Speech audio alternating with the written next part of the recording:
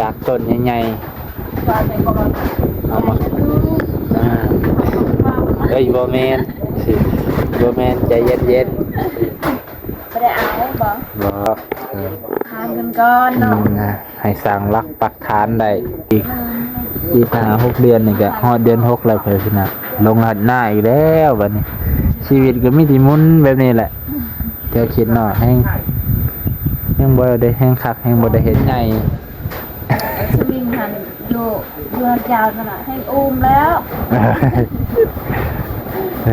เจ้าสมิงเลยติดแม่ครับก็เลยครับบุญแน่ๆเพิ่นก็ให้อุ้มแล้วบ่คือบุญมีไผเพิ่นน่ะบุญมีเพิ่นบุญมีนี่ปล่อยอิสระจนได้ว่าแม่มันใหญ่เลยเนาะโอ้ยบุญมีสิใหญ่ยังเด้ค้านไปเบิดทัวบ่เอวพร้อมถ้าผู้ใดอุ้มนี่เราหายพวกกันทะเลาะวิวาทกันบุญมีครับ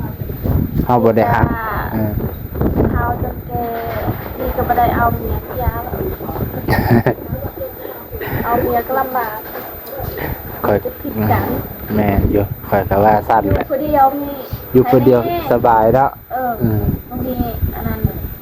คนมาสอบแม่นของประตูนี่ก็สิบอกให้มีเงินเติมเพิ่นว่าอีกประมาณ60 เซนประมาณนี้สิพอดีเลยเพิ่นน่ะพี่น้องมื้อนี้บ่น้องก็สิจบเพียงเท่านี้ก่อนเด้อแม่ลุงป้า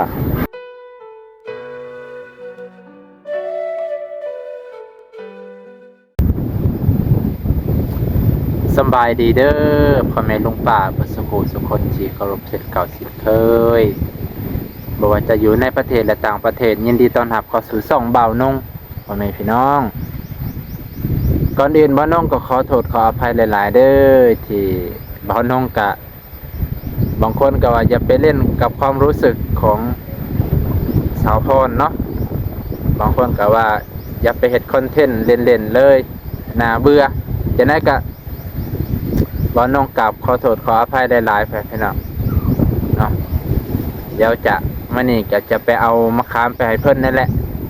บางคนก็ว่าบอกตรงๆโลดอย่าไปเล่นกับความรู้สึกบ่าวนงก็สิ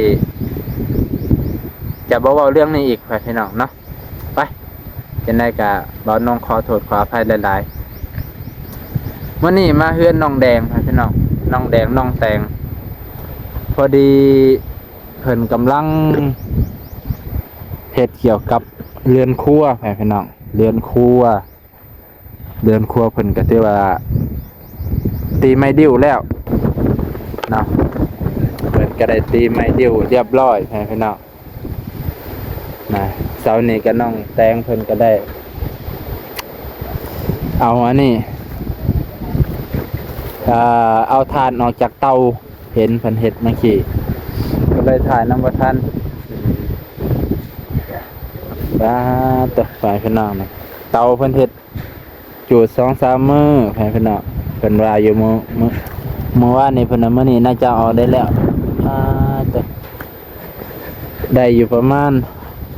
6 ศอก2 4 6 7 ศอกไปพี่น้อง7 ศอกเทื่อละ7 ศอก7 ศอกบางอันก็บ่ใหม่เบิดไปพี่น้องเนาะบางอันก็บ่ใหม่เบิดปานใดใหม่บ่สุดว่าอายุมันคือบ่เห็นควันปกติมันสิควันเกือบค่ำมาว่านี่มาซื้อนี่เนาะสร้างเพิ่นก็กำลังอันนั้นเศษไม้ดิ้วตอกไม้ดิ้วบ่าน้องเอาอันนี้มาฝากเพิ่นนะมาฝาก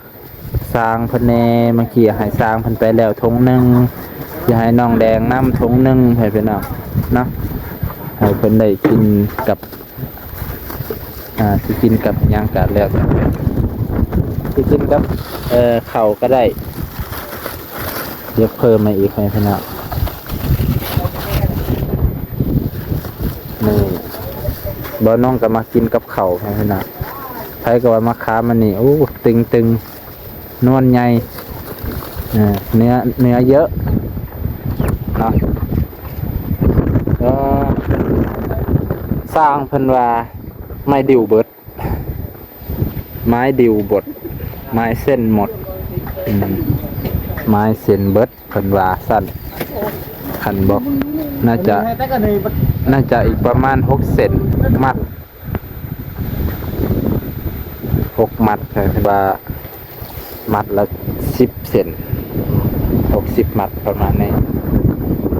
เอาคันเฮ็ดซักอะไรได้ขนาด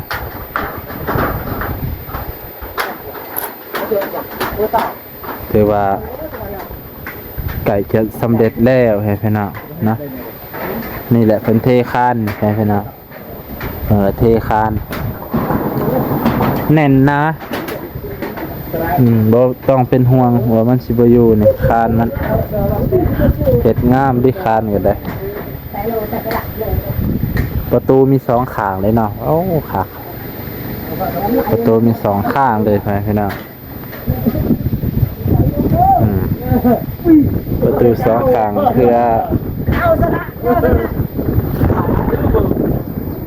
เอา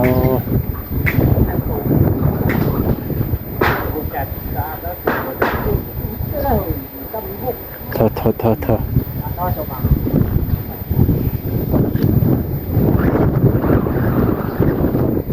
สอบต่อสังเกตสีแผ่นสุดท้ายแล้วก็เพื่อมันกบปาดลมพอดีแม่นะไป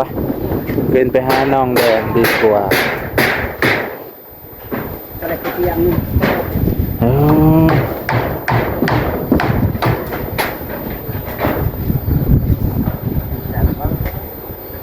กระโดดเนื้อปูปูเนื้อ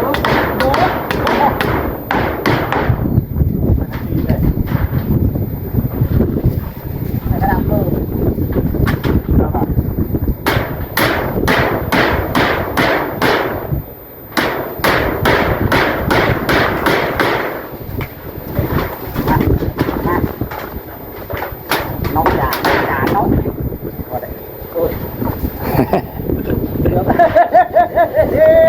ใจเย็นใ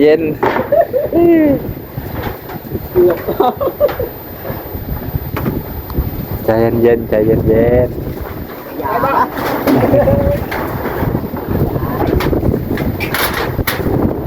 มันนี่ลมแห้ง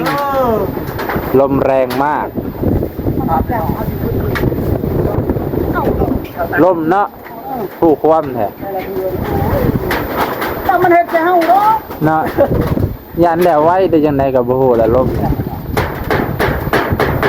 กลางคืนน่ะลมอยู่เทิงฟ้ากลางเว้นน่ะลมอยู่เทิงอยู่ลุ่มดินลมอยู่ดินลมกลางคืนน่ะอยู่เทิงได้ยินเสียง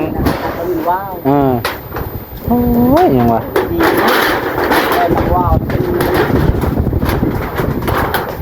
ชื่อเลขมาเทิงเลข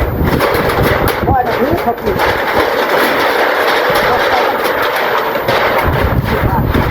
ไปอยากว่าวเลยไปซ้ำใจได้มาเพื่อนนี่แหละจ้าจะไปเป็นมาหาน้องแดงสบายดีเห็ดยังอยู่เลยคาแต่กลุ่มร้านหน่อยให้พี่น้องป้าจะข่อยนั่งทางนี้ดีกว่าหันหน้ามาหาข่อย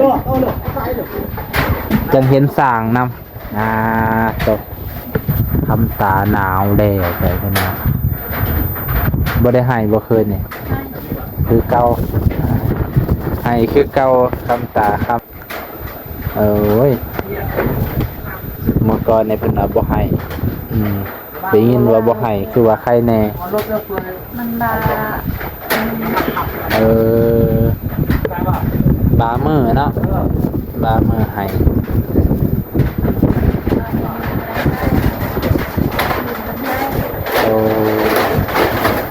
บามือให้จังหูความเนาะเพิ่นว่าฮู้ว่าแม่เมื่อยเด้ ให้แม่พักมื้อนึงแล้วอ่ะอื่นเราก็สิบ่ให้มะขามหวานจากต้นใหญ่ๆเอามา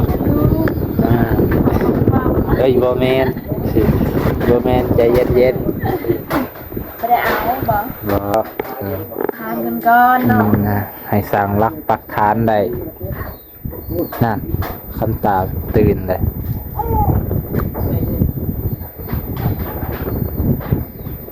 มันนี่ก็มาหาเพิ่นเอามะขามมาฝากเลยพี่น้องบ่ได้เอาแนวมาฝากโดนมีติมาถ่ายเพิ่น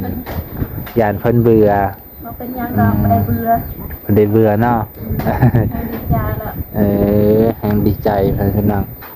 เพิ่นบ่ว่าอีหยังดอกแต่ว่าอันนั้นดอกมะขามมันหลายอยู่เฮือนเต็มต้นบ่มีผู้ใดขึ้นคันสิปะมันก็สิลมมันแห้งเลยอย่ามันหล่นเบิดมันนี่ก็ลมแห้งก็เลยเก็บลงมาซะชุกแหน่ดิบน้ำ เข้ามาบ่เพื่อนน้องพร เอาไปให้เพิ่นอยู่ตอนนี้เอาไปให้ทงหนึงเห็นลูกเพิ่นกินญาติกันกินบ่ฮอดนาทีเบิดแซ่บหลายเพิ่นน่ะเบิ่งคำตา ใส่น้ำตาล ต้องใส่ตลอดเนาะ ใส่น้ำตาลมันอยู่ใน บาทยังบาทยังบาทบ่เอปากว่ายังเป็นแผลอยู่นะ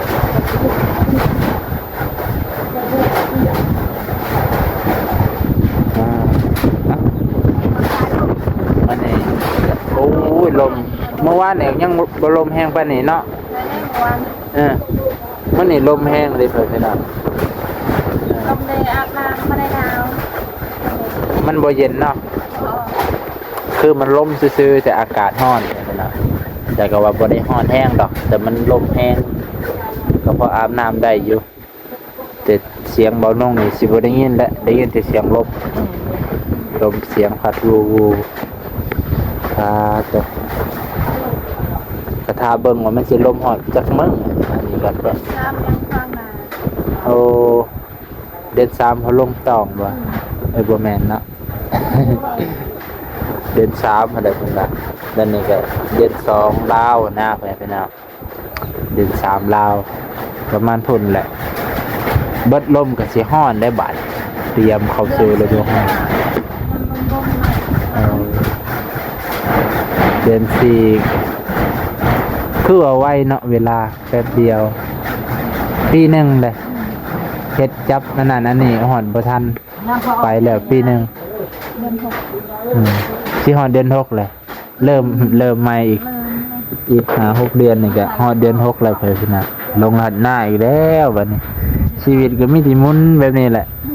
เดี๋ยวคิดเนาะแฮงบ่ได้แฮงคักแฮงบ่ได้เฮ็ดหยัง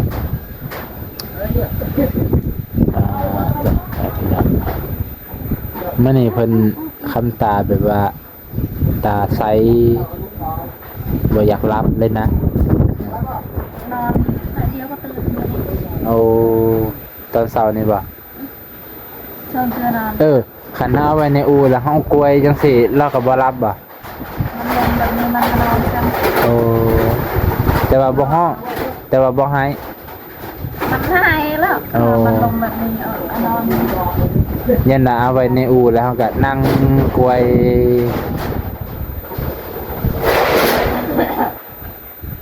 ยันนั้นเดินไป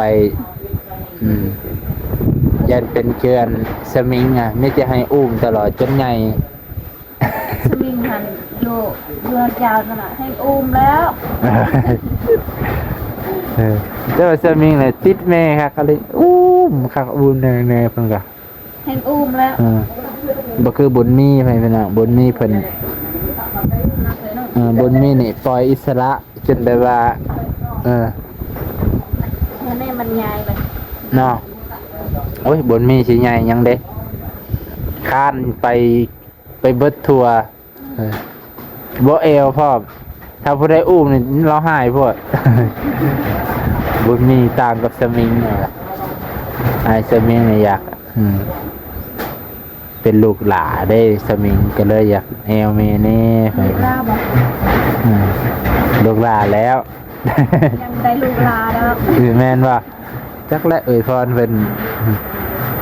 มื้อนี้ก็ ก็ไปหาเพิ่นละจะห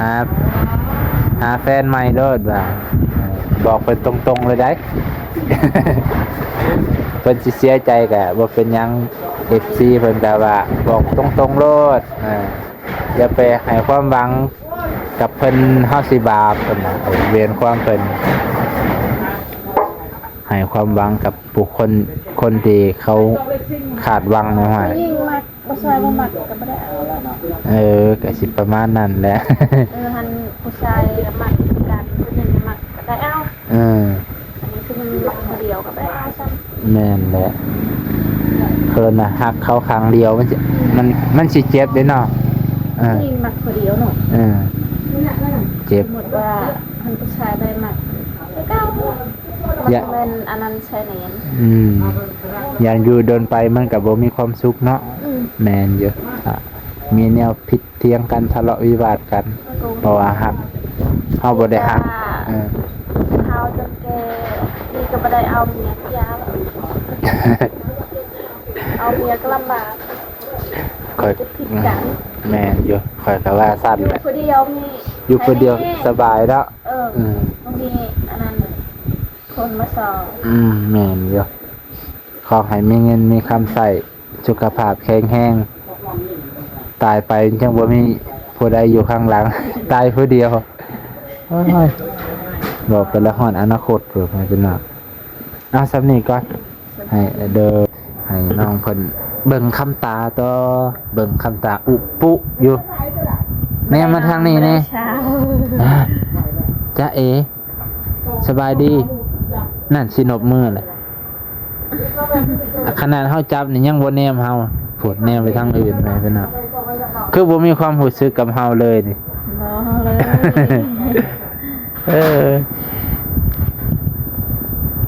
เลยเป็นน่ะคำตาคำเต็มเป็นลิ้น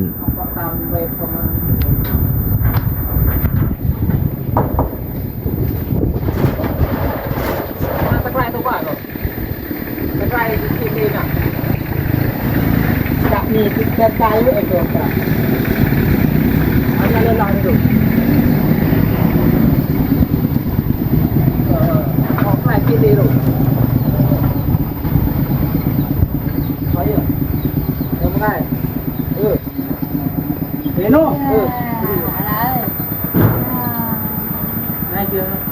ทำดับบนดับอะไร เพิ่นสิตัดใหม่เพิ่นแทกประดับเพิ่นสิตัดออกซำใดเพิ่นน่ะเพิ่นสิใส่ปานลมไปเพิ่นเอา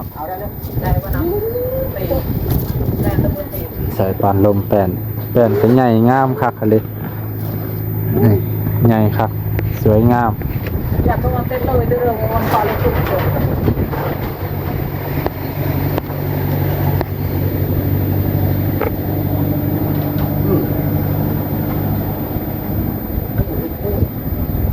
ไปไว้นะเลย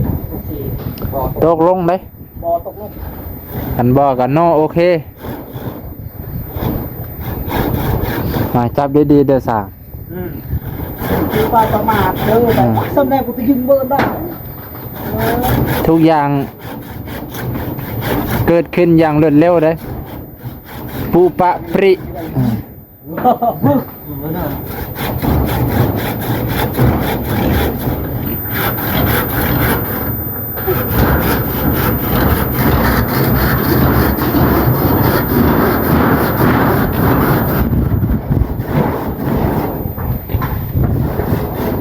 หมูอยากแล้วบัดนี้หมูอยากห้ำแล้วอยากห้ำแล้วบ่นี่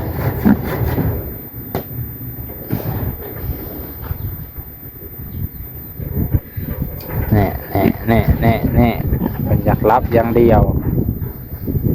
หมูอ้วนเป็นแล้วนี่แหละไม่ดิวเพิ่นบ่พอประมาณ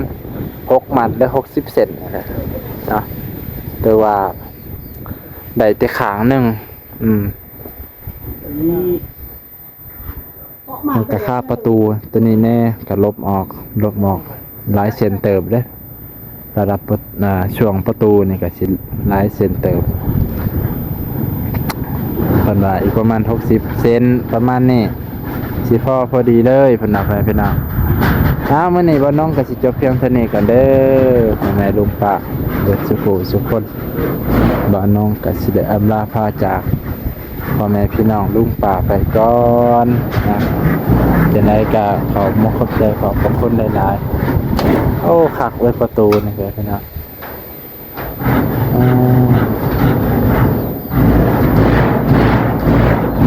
แล้ว